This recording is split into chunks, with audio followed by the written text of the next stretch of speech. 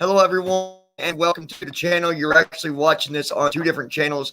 You are watching it from the Stand channel, or you are watching from the Mentorship Support channel. The reason I'm doing this video, it was actually requested from other people that are going to college, besides myself, that are disabled and that use special accommodations and so on. They felt that it would, to talk about this, and the ones that have asked questions or the ones that might ask questions in the future, just so you know, I will not at any time give out your name. I know some of you said that it's okay, but own privacy and all that good stuff. I'm going to leave names out of this and just keep it as a all around what if situation, if you're going through it or somebody else. Please feel free to ask any questions in the chat. If you're watching this at a later time, you have questions, please feel free to leave a comment. And on the next stream that I do covering the same topic, I will answer your questions to the best of my ability.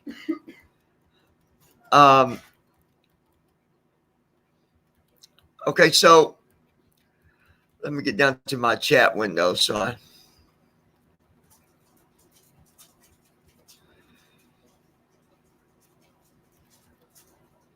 Okay, let's check that. That way I got it. Okay, good.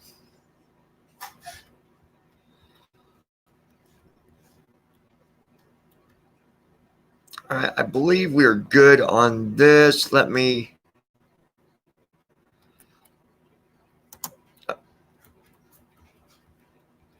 Okay, we're good. I was just getting things set up here just so when you guys do ask a question, I will be able to answer that for you.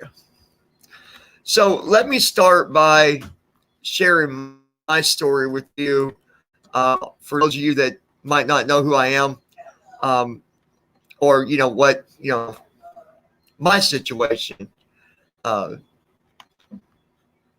is right now currently, which isn't like a situation to where I'm having complications or was unable to succeed at going to college or anything for me so far. And that, with that said, it's every person's different. Whether you're disabled or not, it doesn't matter. Each person's going to do differently while going through college, and I understand that. But I do believe that, those of us that have special accommodations that we use, we also face a very similar situation when it comes to, going through class with special accommodations and some of the things that most, if not all of us, can nod our head to in agreement, on certain situations. And I believe one of the ones that is mostly important, I believe, is a communication between the student and the instructor. I've talked about this before in the past. I spoke about this in our group meetings from time to time about communication is very important. If your instructor cannot communicate with you, then it's going to make it more complicated. If you cannot communicate with your instructor, it's going to make it more complicated. You have to communicate. You have to. If you're receiving special accommodations, yes, by law, they have to, they have to grant that. They have to accept that. But there's still a lot that is left out. A lot that is left out. Depending on your situation, depending on what you're going through with whatever class you might be in, you can be receiving your special accommodations and still have trouble while using those accommodations. And we'll make a valid point here. Those of you that are visually impaired that use screen readers, let's talk about that for a minute. You know as much as I do, the instructors understand that unless you share that with them. I'm not asking you to step up in front of your class and shout it out loud. Hey, I use a screen reader and this is what's going on. But you got to find ways to instructor about using the screen reader when it comes to reading your books, doing assignments, and there's a lot there that get left out. There's a lot left out because, for example, if you're reading your book and you've got an assignment to do, in that chapter, there might be a part of that chapter that you can't even read because the screen reader doesn't pick it up at all. Or it picks it up, but it's got it all ran together and you're not able to read that the right way. And when that happens, what do we do about it? Do we ignore it and just continue on and do our best, or do we take it to the instructor and say, hey, here's a problem that I'm having. What can we do about it? Right? There's so many different things that let me fix this real quick. Okay, there's so many things that I believe are missed that are, not really picked up by the instructor or the college at that matter. In my group that I have, one of the biggest things is raising awareness for those of us that are disabled. And we've been really successful at that. But before we did that, they had no idea. They had no clue. They knew that the most they knew was, okay, we've got someone going to our college that's disabled, that's visually impaired, and that's it. They don't understand about reading a book or doing your assignments. And unless you bring it to their attention, they're never going to understand it. And those students that go through college, it's going to be just a repeat every time with every student. And the only way we can make it easier for just ourselves, but for students in the future, is to raise awareness for it. And that's why this video is taking place tonight. If you're having complications while going through a class, you've got to bring it to them, and you've got to connect with your instructor and say, here's my problem. This is the problem I'm having. What can we do to meet in the middle so that you will work with me on this assignment, or that you will give me a different task that I can do that will be, the same points will be accepted maybe for a alternative assignment. Instructors can give you different assignments to alter the assignment if you're not able to complete it. For example, if I'm doing an assignment and it's got to do with graphs and charts and stuff like that, and it, requires me to have to read that, and my screen reader won't read it, how will I ever successfully complete that assignment on my own? It's not possible. It's not possible. Now, they might say, well, you need to get with, a counselor and get a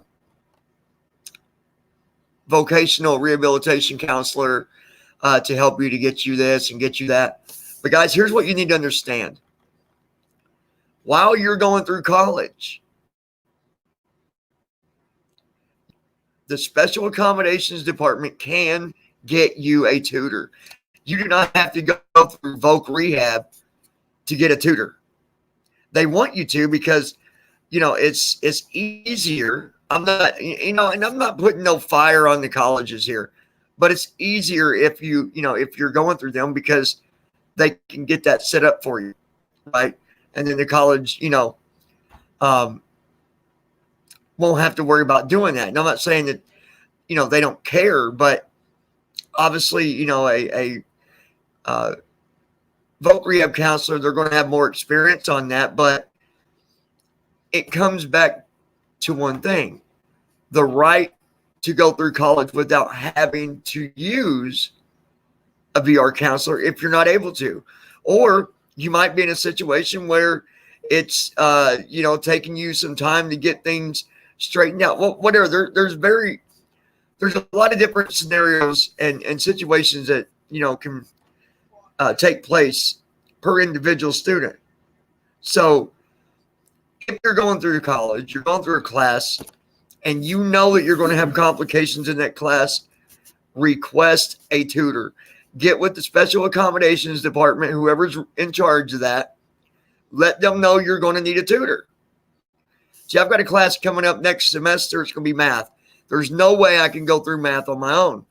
But my college is getting me a tutor. Now, that's something I didn't have to argue about. I didn't have to throw up, didn't have to throw hands up and throw a fit about or nothing. My college has been very good to me. Very good to me. That's the way it should be with any college. But I'm just saying that, listen, if you are going through, you're going to see that it's a lot easier to get through this stuff if you're communicating about it. You got to be communicative. You've got to. And sometimes the instructor might not meet you in the middle. And when they don't, then you got to cross that halfway point. You've got to cross that marker line and step across it and go further if that's what it. I've had experiences, and it's not something that people do on purpose, I don't believe. But I've been in situations where, you email an instructor and they don't get back to you. Or they do, but it's weeks later. And you say, wow, what do I do with that? Well, fortunately for you and me, you can go to their supervisor. And if that's what it takes, do it. Don't look at it, and trust me, I know this from experience. Don't look at it and say, well, I don't want to do that. I don't want to make it hard on anybody. It's your grade. It's your grade, not the instructor's grade. And most importantly, it's your future, not the instructor's. The main goal is to pass the class. The main goal is to get your degree. But if these little things are ignored, it most definitely can affect your GPA. And I don't know about you, but me personally, I take that seriously. My GPA has been damaged because of situations like that. Not because I wasn't doing my assignments the right way or I wasn't being responsible, but because of lack of communication and lack of responsibility. Not just on my part. So don't ignore this. Don't just blow it off and say, well, I'll pick it up next semester. Because every semester your GPA is going to change. Every semester. And once you're out of college, you're out. Okay. Is anybody going to look at your GPA later on? Probably not. But there are jobs where they will look at your GPA. Or maybe you want to go to college again in the future. College looks at your GPA. They're going to say, okay, where are you at? All right, this guy's got a 3.8 or 3.5 or 4.0, whatever. But it's important, you guys, that we receive the same treatment as every other student that goes through college. It doesn't matter if you're visually impaired, if you're in a wheelchair, if you have a learning disability or not. Every single student that goes through college deserves to be treated equally. That's what it comes down to. And if you're wanting to be treated equally, then sometimes you got to stand up for yourself and you got to let it be known. If, maybe you got a disability and instructors don't understand that disability, well, then it could be up to you to raise awareness on that, because it's going to help you and it's going to help other students in the future to be able to go through college a little bit easier. College should not be a stressful place.